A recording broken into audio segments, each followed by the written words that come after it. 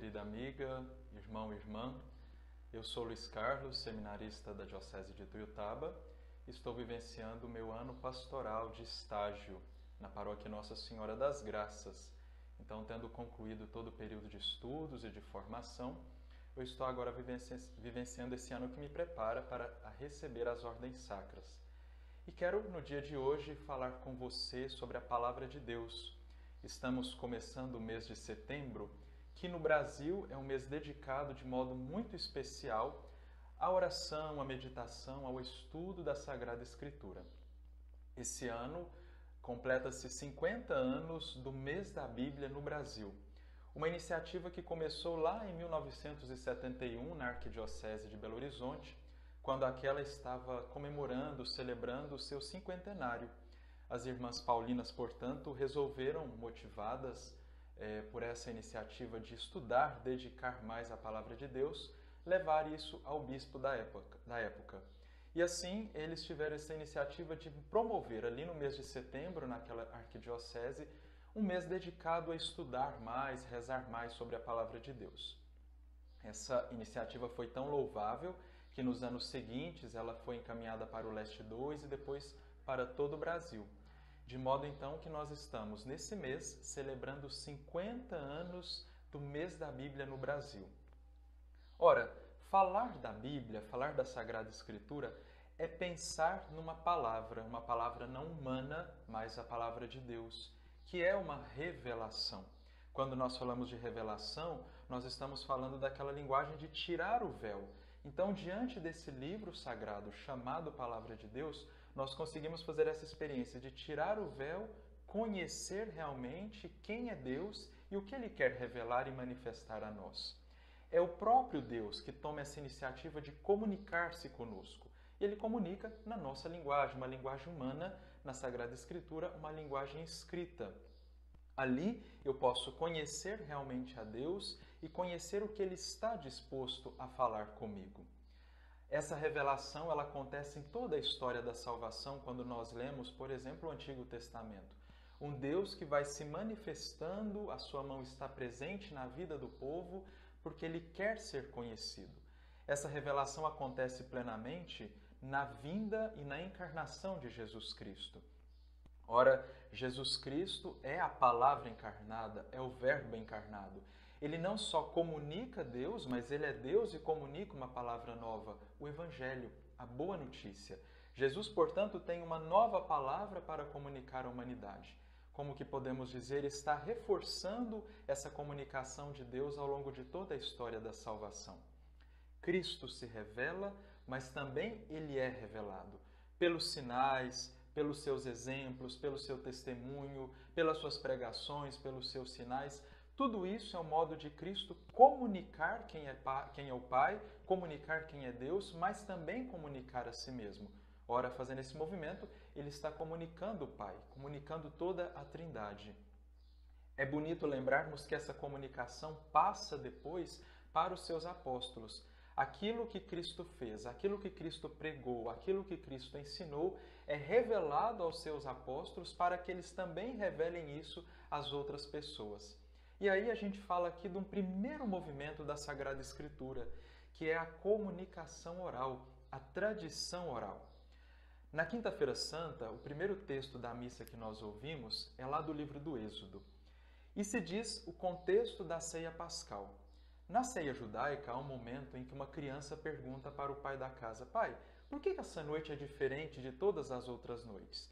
O mais idoso da casa vai contar para aquela criança toda a história da Páscoa judaica. A tradição oral ali sendo revelada. Ainda tem um segundo momento. Lá no livro dos Atos dos Apóstolos, a gente ouve muito dizer que a pregação dos apóstolos, a palavra, os ensinamentos deles convertiam as pessoas e as atraíam para Jesus Cristo. Falamos, portanto, nesses dois momentos muito distintos na Sagrada Escritura, de uma palavra comunicada oralmente, a tradição oral. A palavra de Deus, primeiramente, ela é transmitida assim, oralmente. Não havia livros, não havia escritos, e quando começaram a ser produzidos eram poucos. Não temos hoje essas facilidades da Sagrada Escritura impressa, dos meios de comunicação, como eu estou chegando até você, ou as nossas mensagens que mandamos hoje rapidamente. Não, a Sagrada Escritura foi transmitida primeiramente oralmente. Depois, com o tempo, passou-se a escrever, a copiar, a redigir os livros sagrados. Uma primeira Constituição que foi lançada após o Vaticano II, em 1965, é a Constituição Dei Verbum, sobre a Palavra de Deus.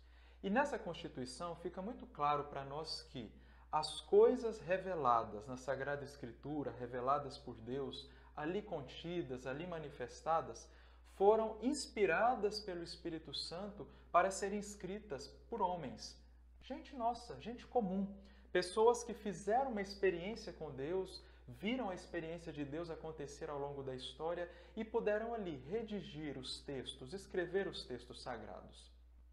Todavia, portanto, Deus escolheu e serviu-se de homens para escrever o texto sagrado, para escrever a nossa Bíblia, usando as suas capacidades, a inteligência, a escrita, os seus conhecimentos. Portanto, a palavra de Deus, ela, depois de ser acolhida oralmente, ela começou a ser escrita, para que toda essa história de amor, essa história da mão de Deus em toda a vida humana, pudesse ficar gravado para tantas outras pessoas fazer essa mesma experiência. Mas aí precisa haver um cuidado ao lermos a Sagrada Escritura, diante desse contexto de tradição e de escrita. É costume a gente ouvir algumas pessoas dizerem: hoje eu quero saber o que Deus vai falar para mim. E pega a Sagrada Escritura, abre e o texto que ali cair é o que Deus está revelando. Outros ainda pegam um texto da Sagrada Escritura e fala para um ou para outro, às vezes até para si mesmo: olha, vou dizer o que Deus está falando para você no dia de hoje. Precisamos ter um cuidado. Não fazer uma leitura fundamentalista da Sagrada Escritura, ou seja, aquilo que está ali escrito é o que Deus está revelando ou querendo me dizer no passo de abrir a Bíblia ou de falar para o outro. Deus comunicou-se sim aos homens e estes escreveram essa comunicação na Sagrada Escritura. Mas é preciso lembrar que a Sagrada Escritura, sendo obra humana, ela corre o perigo de ter falhas, de ter escritos conforme a vontade humana. E além disso, há um contexto histórico em que o texto sagrado foi escrito. Econômico, geográfico, humano. Tudo isso eu preciso levar em consideração diante de uma leitura, diante de um estudo da Sagrada Escritura. A carta de São Paulo a Timóteo vai nos dizer: a Sagrada Escritura é inspirada, útil para ensinar, corrigir e instruir. Mas eu preciso lembrar que esse livro não é somente um livro de histórias, e muito menos um livro, como há pouco eu dizia para você, que eu pego uma mensagem aleatória para a minha vida.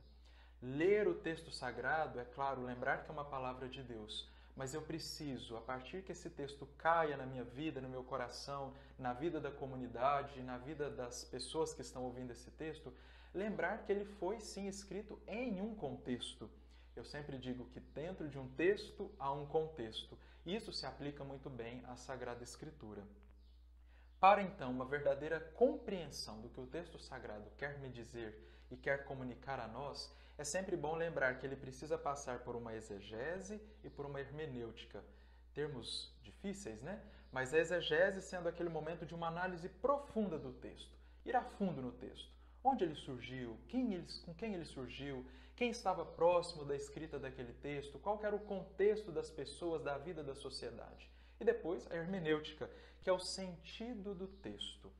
Hoje, nas nossas comunidades, nós vivemos e fazemos muito a Lécio Divina, que é, de fato, uma oração em torno da Sagrada Escritura, mas, ao mesmo tempo, uma oração que me ajuda a entender aquele texto. O que esse texto quer dizer? O que ele quer comunicar para a minha vida? Analisando todos esses contextos da Escritura. É bom lembrar também que existe uma época, que existe uma direção, existe uma intenção do texto sagrado. Alguns dos livros foram escritos para determinadas comunidades, para uma ou outra pessoa. Assim sendo, eu tomo esse cuidado de não olhar para o texto sagrado como algo apenas escrito e ali deve ser comunicado como está. O magistério, o Papa, os bispos, eles têm esse dever, portanto, de falar para nós, para o povo de Deus, qual que é a real interpretação do texto sagrado, qual que é a real mensagem do texto sagrado, ajudado, claro, pelos exegetas, pelos hermeneutas. Esse livro, portanto, tão grande, 73 livros, divididos em 46 do Antigo Testamento e 27 do Novo Testamento, que formam uma unidade, não livros separados, mas do começo da Escritura até o seu fim, há uma unidade de comunicação, reforço daquele mesmo amor de Deus para conosco. Esses 73 livros, portanto, quer nos revelar uma pedagogia, a pedagogia de Deus ao longo de toda a história da salvação. Lá no Antigo Testamento, um Deus que se revelou mostrando o seu amor, a sua misericórdia, a sua justiça, mesmo diante de guerras, de lutas, de conquistas, de caminhadas, de vidas que se encontravam com esse Deus e outras pessoas que eram sinal de Deus na vida de tanta gente, de homens e mulheres que se fizeram canal de Deus, profetas para falar desse amor misericordioso, dessa justiça de Deus. E depois o Novo Testamento, que é o grande selo, a grande marca dessa comunicação de Deus. Deus que se manifesta plenamente em Jesus Cristo e por meio de Jesus Cristo. Então ele revela-se e deixa revelar totalmente o seu plano de amor em Jesus Cristo. E nós temos esse grande relato nos 4 evangelhos, depois nos outros livros e nas cartas que vão continuar revelando essa aliança de Deus ao longo de toda a história, de toda a vida. O mês de setembro, então, nos tem alguns convites. Na nossa vida, nós sempre escutamos a palavra de Deus, nos nossos momentos de oração pessoal, nas missas, numa lécio divina, nos nossos encontros de reflexão, nos grupos de casais, nos encontros pastorais. Quando iniciamos uma reunião pastoral de um movimento, a palavra de Deus sempre está iluminando esse momento. Portanto, o primeiro convite do mês de setembro está aí, em valorizar todos esses momentos que temos de encontro com a palavra de Deus. Escutar bem essa palavra, acolhê-la bem no coração. Lembra do evangelho da semente que cai em vários terrenos? A palavra de Deus é assim na vida da gente. Ela pode cair num momento e o nosso coração não está tão bem para acolher aquela palavra. Nosso coração pode estar pedregoso, cheio de espinhos, mas também pode ser terreno bom, fértil para que essa palavra aconteça e caia no nosso coração. Aproveitar, portanto, os momentos de intimidade com a palavra de Deus, na missa, nos encontros, como eu disse, nos grupos de reflexão. E deixo um convite e uma sugestão, principalmente nas missas. Acolher bem esse texto sagrado, principalmente ao longo desse mês de setembro. Acolher o texto sagrado nas liturgias, nas celebrações da Eucaristia, nos sacramentos que você for participar. Para que, de fato, esse texto possa recordar a sua vida, a nossa vida, essa história de amor de Deus para conosco, que continua sendo escrita hoje, com a minha vida, com a sua vida. Padre Zezinho tem uma canção que certamente você vai lembrar, que diz assim: palavras de salvação, somente o céu tem para dar, por isso o meu coração se abre para escutar. E há uma outra que a gente costuma cantar muito nas comunidades. É como a chuva que lava, é como o fogo que arrasa. Tua palavra é assim, não passa por mim sem deixar um sinal. Que o mês de setembro nos ajude, então, a acolher essa palavra de salvação. Uma palavra que o céu nos dá e está revelada a nós na Sagrada Escritura, na Bíblia Sagrada. Mas que ela não passe em nossa vida sem deixar uma marca, sem deixar um sinal. Que essa palavra transforme, modifique, caia em nosso coração e gere frutos. Reforço aquele convite. Ao escutar a palavra de Deus, deixe que isso aconteça na sua vida. Desejo a você um excelente mês da Bíblia, um excelente mês de setembro, para que a palavra de Deus aconteça e caia no seu coração e você continue escrevendo essa história tão bonita do amor de Deus na sua vida. Luz dos nossos corações.